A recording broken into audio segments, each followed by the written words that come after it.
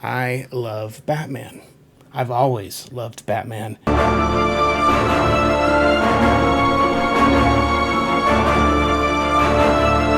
He's not Superman. He's not Green Lantern with a magical ring that grants him superpowers. He's not Wonder Woman. No. In the Justice League movie, the Flash asks Bruce, what is your superpower? And he goes, I'm rich. And Ben Affleck, of course, I'm rich. Meaning, but Bruce is so much more than that. Bruce is not really, yeah, you could define him by his wealth, but he's extremely intelligent, a brilliant tactician. He's strategic. My favorite thing is he dresses all in black. And literally 24/7, I wear black. And it's not because of Bruce and not because of Batman. I just love black. I just love the lack of color. So I do love that about him, but he's also a detective. Sherlock Holmes is one of the best characters ever created. And Batman is part Sherlock Holmes. He's an amazing fighter, hands-on fighting, but he's a billionaire for the common people. Okay? Bruce gives back by giving all of himself to being a vigilante, but being a hero and saving people and saving Gotham and putting away bad guys, and whether it be in prison or in Arkham Asylum. That's what Batman does. That's what Bruce Wayne does. A billionaire for the common people. And I love that about him too, right? He could just sit in his mansion, make his toys and go cave diving and, but no. He goes out there and he beats on guys relentlessly, gets beat up in return, and he's just giving so much of himself for the people. And I love that about Batman. I grew up with Batman, Superman, Green Lantern, Green Arrow, mainly most all the DC characters, right? Superman. I grew up with these guys long before the MCU, the Iron Man movies. I can't get enough of Robert Downey Jr. as Iron Man. Which brings us to a really funny fact. If you watch the Lego movie, there's a line in there, at least 2, if not maybe 3 times. His password for the Batcave is Iron Man sucks. Which is hilarious because if you think about it, Iron Man is an homage, if not a direct ripoff in borrowing everything from Batman. A wealthy guy who's extremely intelligent that makes tech and technology, and that he wears a suit of armor. Well, Batman basically does too. We all know Batman first started in the 60s, and I believe it's from 1966 to 1968, the Batman series. Adam West, Burt Ward, some amazing character actors and great actors played the villains in that series. That series was off the hook silly. Okay? These spontaneously blurred bubbles of words over their heads. Biff, bam, boom, right? Pop, bow. Okay, it was crazy. To the Bat dance, but da-na-na-na-na-na-na-na-na-na. Batman. We all know that song. That's stuck in our heads for the rest of our lives. We know when you hear na-na-na-na-na-na-na, we all know what that means. That, though, was a template. The original Batman series, okay, with Adam West in the 60s, set up so much of the visual language that would inform future movies. Okay, that was the first time outside of the comic page we saw real characters in makeup as a Joker or the Penguin. Straight off the comic, off the pages of the comic book, we saw a direct visual representation shot on film back in the 60s, the TV series. And of course, I used to watch it. At my age, I watched the reruns. Of course, I didn't see it live action. And to me, that was Batman. That kind of silly, off-the-hook portrayal, the one where they're climbing the rope up the side of the wall, right? Of course, they shoot it like this, and then they just flip the film. It's just really funny. But that set up a visual language that would then be carried forward and refined and tweaked over time. So after the 1960s TV show, it would be another 21 years till we saw Batman. And this time, we saw it on the big screen. Tim Burton brought us the 1989 Batman movie. It opened on June 23rd, 1989. I was there, opening day, and I remember standing in line outside a theater in a small strip mall in rural Vermont. I was there to see Batman. And man, it was amazing. It was amazing. And that iconic scene in just the first few minutes of the movie, two criminals up on the rooftop, and Batman scares the crap out of them, kicks their butt, and then holds one over the ledge and goes, "Who are you?" And he goes, "I'm Batman." Michael Keaton, of course, playing Batman. 2 months later, that movie made such an impression on me. On all my notebooks, I started drawing the symbol. Okay, the Batman logo has changed from the comics and throughout the comics to the TV show to the Tim Burton movies, changed, and then also to the Dark Knight, and now the Batman. And every different iteration has changed the logo a little bit. And some have the claws, and some have more of a tail on the bat, the bat symbol. I say all that, but that 1989 version made such a massive impression on me that my mom made me a custom cake. This is from 2 months later in August for my birthday, a custom birthday cake. And of course, this is me at the table with my long hair. You can see my long hair back here. It was almost like a mullet. We had long hair in back, but kind of short up front. But that's me, about 15 years old. But yes, my Batman cake. 2 months later, that movie changed so much for me. It was brilliant. Of course, it has Michael Keaton, directed by Tim Burton, and of course, iconic Jack Nicholson as the Joker. Brilliant portrayal of the Joker. And it's Jack Nicholson. It's Jack Nicholson. Come on. But his Joker was phenomenal, and I loved it. And it was a great story. It was a great movie. Of course, Kim Basinger is in it, and it started where we are today.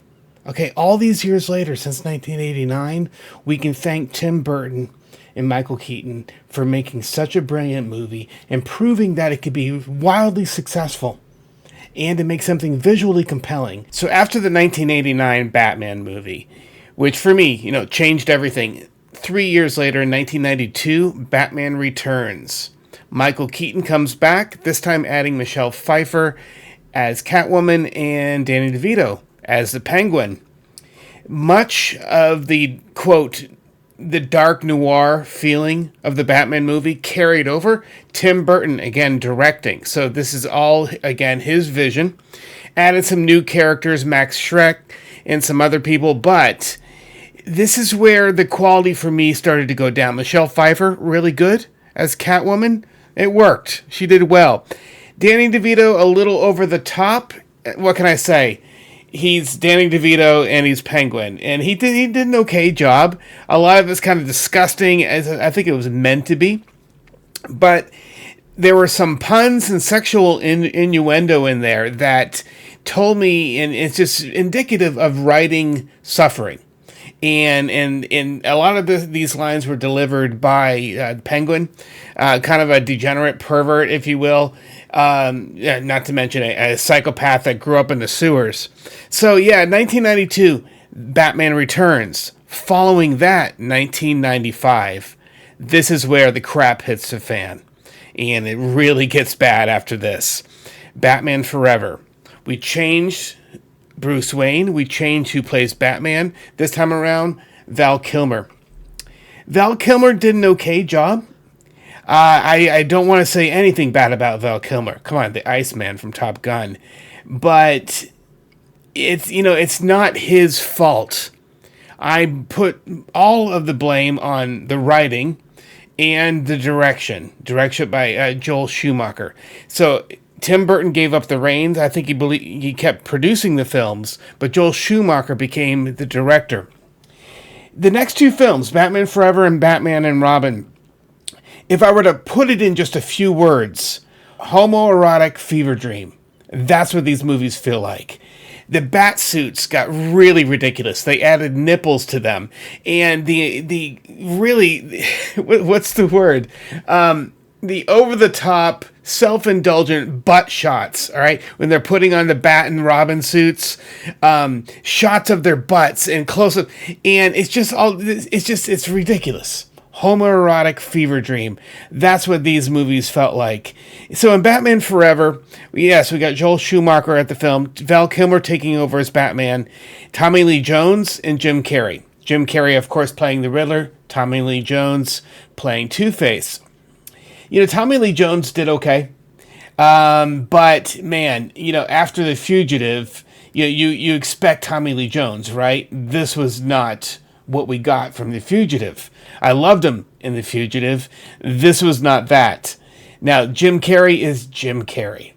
If it's going to be over the top and out of this world, just over the top, that's Jim Carrey.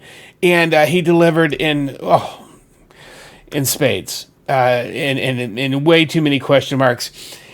This is another thing that the Bat movies got, the next two movies, Batman Forever and Batman Returns, the amount of icon placement. Everything has a stupid Bat symbol, or a Robin symbol, or a Batgirl symbol, or a Riddler symbol, or a Two-Face. Everything is labeled, and it's just like this horrific, it's just marketing overload. Meaning nothing is about form and function anymore. It's simply about form. It's simply about adhering to these marketing things that they came up with. Like, this is the Bat symbol now. We're going to make it like that. And the Batmobile, over the top, ridiculous. The Batmobile kept kind of the same design as Batman and Batman Returns. However, starting in Batman Forever, it had this giant kind of fin off the back of it. I mean, giant, like 5 feet in the air, single fin coming off the back. When you can see the actual physical car driving down this street, you can actually see the bat fin, one single fin, by the way, waving back and forth, right? It's not even stable. And it takes you out. All of this stuff takes you out of the element. You lose that suspension of disbelief. You want to believe you're in that world. You want to believe you're immersed in that world. And so much of this takes you straight out of that. Batman Forever is the descent into madness, which only gets worse with Batman and Robin. So Batman Forever was a bad movie. And you can just sum it up like that. The name itself, over the top, Batman Forever. But then we get to the true atrocity. A war crime of cinema, 1997's Batman and Robin. Over all these years, almost 30 years since I truly sat down and watched Batman and Robin, memory did not serve it well. How bad a movie this is. The word bad is not good enough. I don't have the English language to express what an atrocity this is.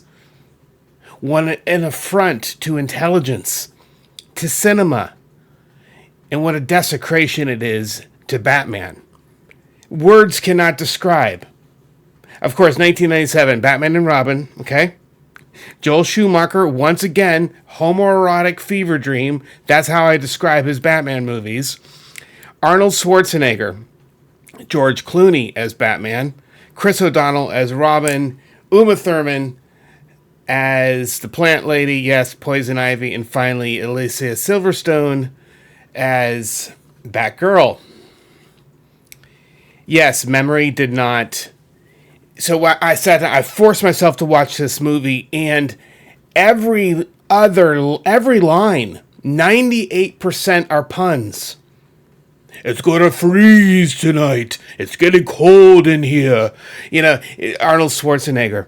I would be going back and forth. It was around the time I had my neck surgeries, and I went back to Cape Cod. I had my surgeries at Mass General in Boston, and I'd stay with my parents. I'd had a big halo brace.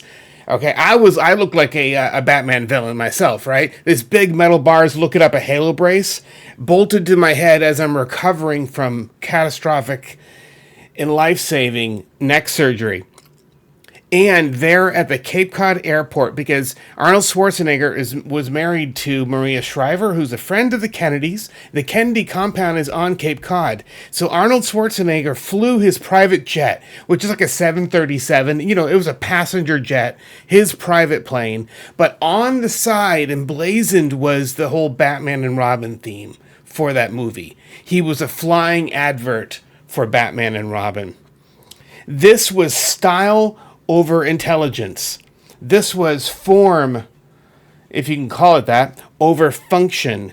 This was stupidity and puns, arguably the lowest form of comedy, a pun, over intelligence in actual screenwriting, story and plot and characters and character development. None of that exists in Batman and Robin.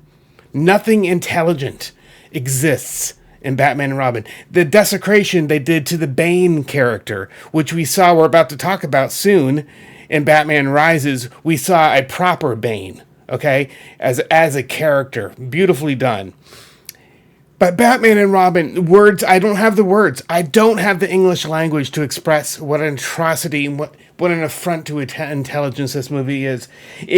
All I have to do is say, hey, go to Max, or if you own it or find it, and go watch it. No, really, don't. No, do. I want you I want you to go experience the hellscape, the sheer. I don't have the words to describe how awful Batman and Robin was. So that year was 1997, and that was a low point in my life too. Kind of a perfect storm, if you will, right? My favorite superhero, Batman. And it seems like when you add Robin to the mix, no one has truly done that justice. Batman Rises tried, in that Joseph Gordon-Levitt's character, we find out, might become Robin, so it was the promise of him. And had those movies been made, or a sequel, or some kind of spinoff, that would have been cool. But Robin's never been done well.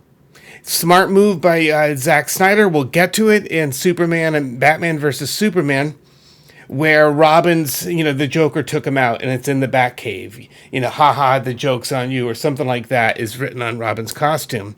But that doesn't make the movie bad, the fact that they had Robin. Or, oh, what a sniveling idiot Alicia Silverstone is. I just wonder, is her character from Clueless, the Clueless movie, right, that made her something? It's like she then just put on a bat suit. Again, all the gratuitous shots of the rubber suits and shots of their butts as they're putting them on, and everything has a Bat logo on it, or a Robin logo, or a Batgirl logo, or Mr. Freeze. And by the way, there's this one scene where Batman and Robin are about to fight all the goons of Mr. Freeze, and they click their heels together, and skates come out of their heels. Yes, the Bat boot in Robin's boots had built-in ice skates. Wow. It's no wonder it took many, many, many years and Christopher Nolan to resurrect Batman. And in 2005, Batman Begins. Beautiful title, right? We had to go back to the beginning. We had to reboot him completely with intelligence. And yes, in 2005, Batman Begins. You guys know it well. Christopher Nolan writing, directing, Christian Bale as Batman. A great Batman. Michael Caine, this time, as Alfred. Liam Neeson, Ra's al Ghul. Gary Oldman as Commissioner Gordon, or Detective Gordon. Katie Holmes plays a lawyer and a good friend of Bruce Wayne. Morgan Freeman as Mr. Fox. And Cillian Murphy as Scarecrow. Great portrayal, by the way. This was long before he did Oppenheimer with Nolan. And again, Scarecrow is in all three of these movies. But Batman Begins, man, did it begin again, right? It truly resurrected Batman and took it seriously, grounded it in reality, where it was Batman, yes, and you could see him in, this is where we saw intelligence come back into play. The Batmobile was the Tumbler, something developed by, the research wing of Wayne Enterprises, the Tumbler, which became the Batmobile, right? And it was just so cool because it felt real. It felt like it could be real. Its purpose for the military was to jump over rivers, if you will, and then drag a portable bridge over. Okay, so it was to bridge troubled waters, and the Tumbler became the Batmobile. And when he's test driving, he just turns and goes, "Does it come in black?" Just so cool, so iconic. I do really like Christian Bale's portrayal of Bruce Wayne, especially as Batman. Following that, arguably the best, if not in the very top echelons of Batman movies, is The Dark Knight, the sequel to Batman Begins, bringing back Christian Bale with Chris Nolan. I believe he's writing this time with his brother Jonathan. They co-wrote The Dark Knight, but Heath Ledger played the Joker. God rest his soul, he's passed on, and he gave everything to that role. Heath Ledger as the Joker. Brilliant, insane, and evil, and yet was so grounded that through the cracks, if you will, the facade, the makeup that he'd wear over his scarred face, you felt a humanity, and therefore you feel a connection to the Joker, even though you wouldn't want him near your best friend. Heck, you wouldn't want him near your enemy. This Joker's, you don't want to see a magic trick? And he slams the guy heads down on the table into the pencil and kills him with a pencil. Very John Wick move there. But the Joker was just so beautifully portrayed, and he got a Best Actor award for that after his death. Much deserved. The Dark Knight, brilliant, brilliant, brilliant. Aaron Eckhart as Two-Face. And that was done really well. Such a good movie. Such a beautiful movie, The Dark Knight, 2008. 4 years later, Dark Knight Rises. This is where Bane comes in. And the daughter of Ra's al Ghul, bringing back the entire cast, but Tom Hardy this time as Bane. Bane this time was intelligent and a fierce fighter, a true foe, a proper adversary for Batman. And in that one scene where, I'm trying to find her name here. Yeah, where Anne Hathaway, as Catwoman, brings him into the depths, into the sewers. And Batman faces off right away. This is by Batman Rises, this is 8 years in that timeline after the events of Dark Knight. The cartilage is blown in his knee. He's an older man. He hasn't been fighting for a long time. This is an older, worn Bruce Wayne. And he's not in that peak fighting form that we saw him before Batman Begins, The Dark Knight. So, with that being said, that's set up so beautifully in the story to where we know he's not where he should be. And that is the character arc for Bruce in Dark Knight Rises, where he does rise in every sense of the word, literally and figuratively and mentally, and he has to rise from where he started, being a recluse for all those years, locked away in his mansion, hobbling around with a cane, and then he fights Bane, a true Bane, and Bane breaks him, literally breaks his back, slams him around, and Bruce, Batman in that fight, that iconic fight, he tries all of his tricks, right? All his little ninja moves and shuts the lights off and little explosives, and it doesn't even faze Bane, because Bane is part of the League of Shadows. He knows all these tricks. He's been taught them, and he knows the counter warfare for Batman's deceptive warfare and the way he fights. So after he breaks him, he puts him in this prison, deep underground, but hope is there. The hope because you can see the sky. And Bruce must ascend and rise from that to go back and save Gotham. It's just a beautiful movie. And we tend to look at Dark Knight as like one of the pinnacles of Batman movies. However, Dark Knight Rises is right there with it. As a perfect companion to and continuation of the story of Bruce Wayne, the story of Batman, and all the characters that surround him. This time adding Anne Hathaway as Catwoman. Beautiful backup cast. And again, once again, Scarecrow's there acting as judge, jury, and executioner, giving the sentences for people to run out on the ice. But just a fantastic movie, Dark Knight Rises. The entire trilogy, Nolan did this so beautifully. 2016's Batman vs. Superman. The Dawn of Justice. It's called that because, yes, this is the beginnings of what we see of their Justice League in the DC Universe. Zack Snyder directing this, Ben Affleck as Batman, Henry Cavill Superman, Amy Adams, Jesse Eisenberg, of course, as Lex Luthor, Lawrence Fishburne, Jeremy Irons, Gal Gadot, of course, as Wonder Woman, and Jeffrey Dean Morgan as Bruce's dad. So yeah, Batman versus Superman. Yes, I rewatched this as well recently. You know, the movie still holds up. There was a lot of criticism of this movie among some, and yet I do enjoy. Ben Affleck's Batman has grown on me. It really has. Is he my favorite? No, but it was surprisingly a pretty good portrayal of Bruce Wayne. 2007, the Will Smith movie, I Am Legend.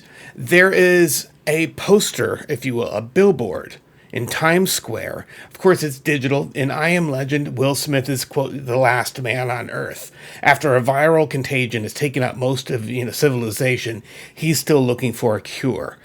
And in that movie, yes, there is a logo for Batman and Superman, the overlay, the Batman symbol and the Superman symbol.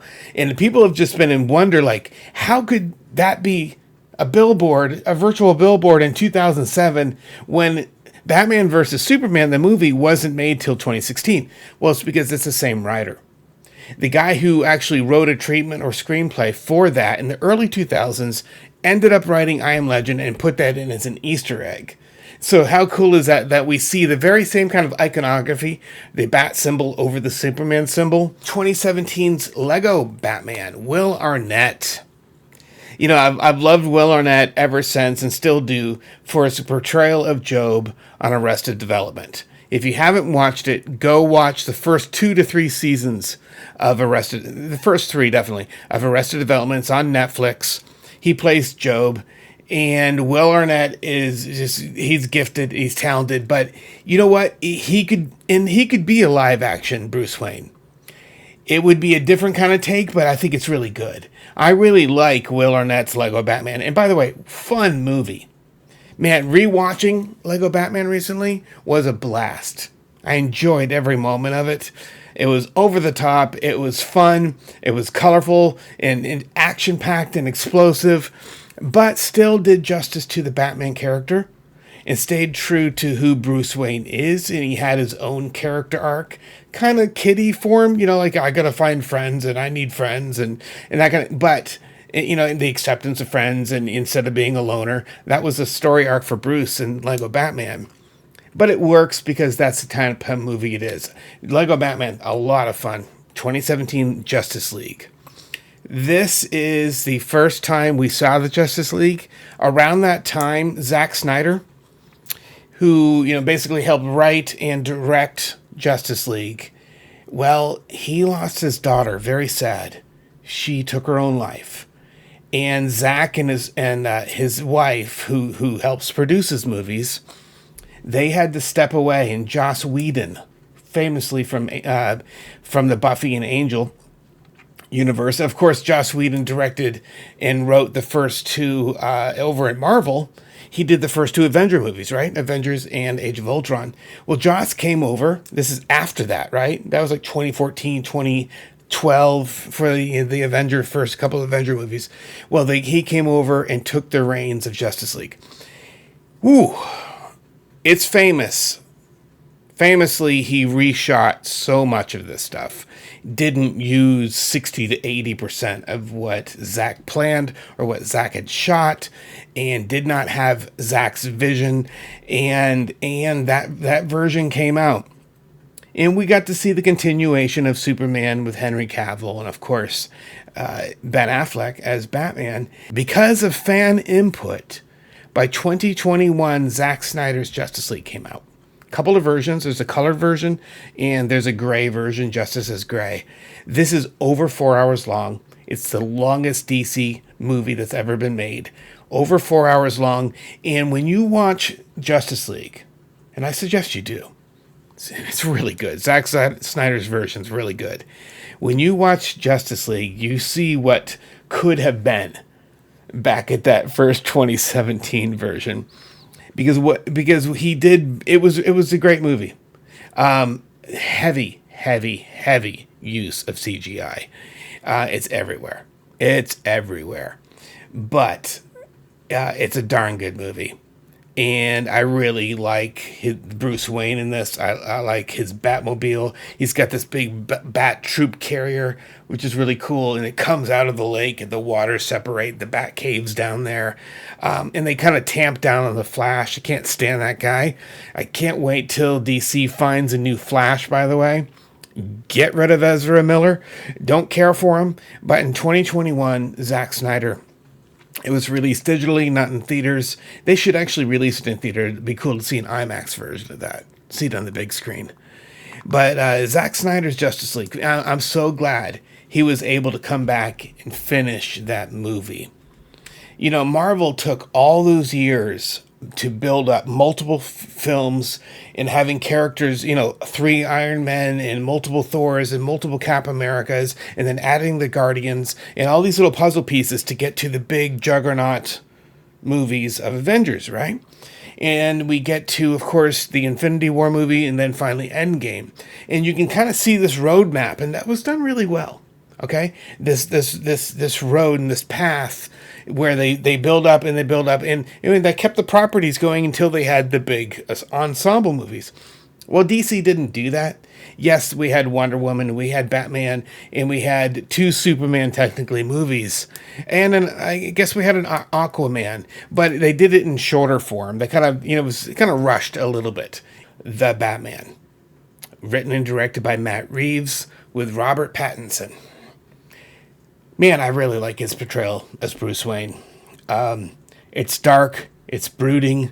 It's the first time we see Bruce with his cowl off, right? The bat suit off, but when we see the dark around his eyes, you put that makeup there so it's dark underneath the mask. We see that, and that was the first time we've seen that in one of the movies. But it's a really dark movie, but it serves Batman well. And he is way over the top with the whole vengeance thing. I am vengeance. And yet, even that seems to be a character arc.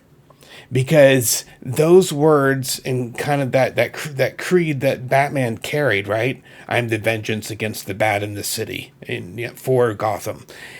We see that used by the anarchist and by the evil dude when the Riddler does all this stuff, right? These people are saying that they are vengeance. And therefore that seems to be kind of a character arc where I'm hoping Bruce has learned from that you can be more. That maybe vengeance isn't yours. Fighting for good is fine. But saying that you're vengeance, when the bad guys take that over, you have to start questioning, is this the right path? Is this where I should go? So yeah, great movie. Colin Farrell, of course, as the Penguin. And man, he is almost unrecognizable, right? He's a pretty good Irish-looking dude, and he's playing this guy that sounds like he has a New York, Chicago accent, but heavy prosthetics on, right, as a Penguin. And you can barely recognize him, but he's immersed into the character. It's done really well. They're all very immersed.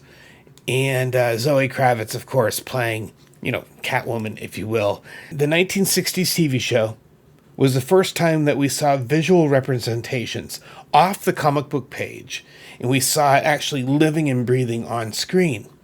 But then Tim Burton, in his versions, we then saw this could be truly fit the motif in the darkness, right? And certain comic book lines went a lot darker, right? The Dark Knight comic series. So you're starting to mix like the template done by the earliest, the darkness and that quirkiness by Tim Burton. And then you start grounding it with Christopher Nolan. These kind of waypoints along the way, all leading to influencing what we saw with the Batman, with Matt Reeves. Of course, anyone who makes a Batman movie now, of course, is influenced by and has been watching these Batman movies for decades. They themselves, the writers and directors, the people who design the Batmobile, the people who make the bat suit, are all influenced by what we've seen on screen. You know, think about the Batman versus Superman, that cool mech suit, right? The heavy, heavy armor version. And that, and when, by the way, it has the kind of glowing white, blue eyes. Ben Affleck, when he wore that suit, he couldn't see a darn thing. Think about it. They had little LED screens in there. He was blind behind that thing. Can you bleed? When we get to Rob Pattinson's version, it does look really armored, right? But it's also a mixture of the sectionalized versions that we saw in The Dark Knight when he requested the new Batsuit from Fox. In 2023, The Flash came out. This movie was fraught with production problems, reshoots, issues, delays to get to the theater. The Flash, Ezra Miller, don't care. I really hope they get rid of him, by the way. But they brought back Michael Keaton. It's kind of a cool full circle moment from 1989, and in 2023 we get to see the older Bruce, Michael Keaton, come back. So that was just great to see him again. All told, there were 12 Batman movies. Guys, thank you so much for joining me. I hope you join me next time. Hit the subscribe button. Like it if you like it. Have a good night.